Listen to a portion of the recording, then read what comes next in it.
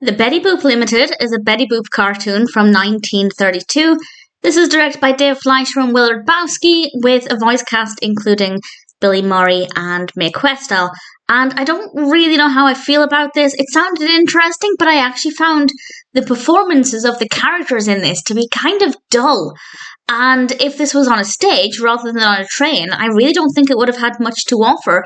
But even then, the train setting isn't that interesting. I don't think they utilised it as well as they could have done. Betty Boop's touring company is on a train, and on the way to their destination they are rehearsing, so of course we have Betty Boop singing, and honestly I didn't love her performance. It's not necessarily that it was bad singing, it just wasn't very interesting. We have a performance from Coco and from Bimbo, which is quite nice. I like it when both of those characters, particularly Coco, I really like it when Coco features in a Betty Boop cartoon. I just really like the character, so that wasn't too bad. And we have other characters playing instruments and making music, and honestly, by about just over halfway through, I'd say, I began to just feel kind of bored of it.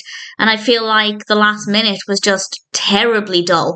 And there just wasn't anything in this that really stood out to me as being very effectively done. As I said, had this not been on a train, if these were the performances on a stage, it would have been really dull, really dire.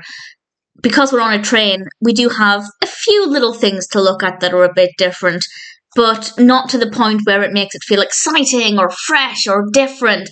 It's just slightly unique compared to the average Betty Boop cartoon. So honestly, while it wasn't terrible, I don't know if there are any truly terrible Betty Boop cartoons. There might be, but it's not that it was completely unwatchable or anything. I just don't think it was very impressive. If you're already a Betty Boop fan, then I'd say, sure, check it out. I'm sure there will be at least some elements of it that you enjoy. But if you're new to Betty Boop, I'd say please don't make this the first one you watch, because it's not the usual quality, both in terms of the narrative, the animation. It's not that it's badly animated, I just don't think they made good use of the train space, and the musical performances were also not up to the usual standard. Needless to say, I didn't love Betty Boop Limited. It's not terrible. If you have an interest in it, I'd say check it out, but I doubt I'd ever watch it again.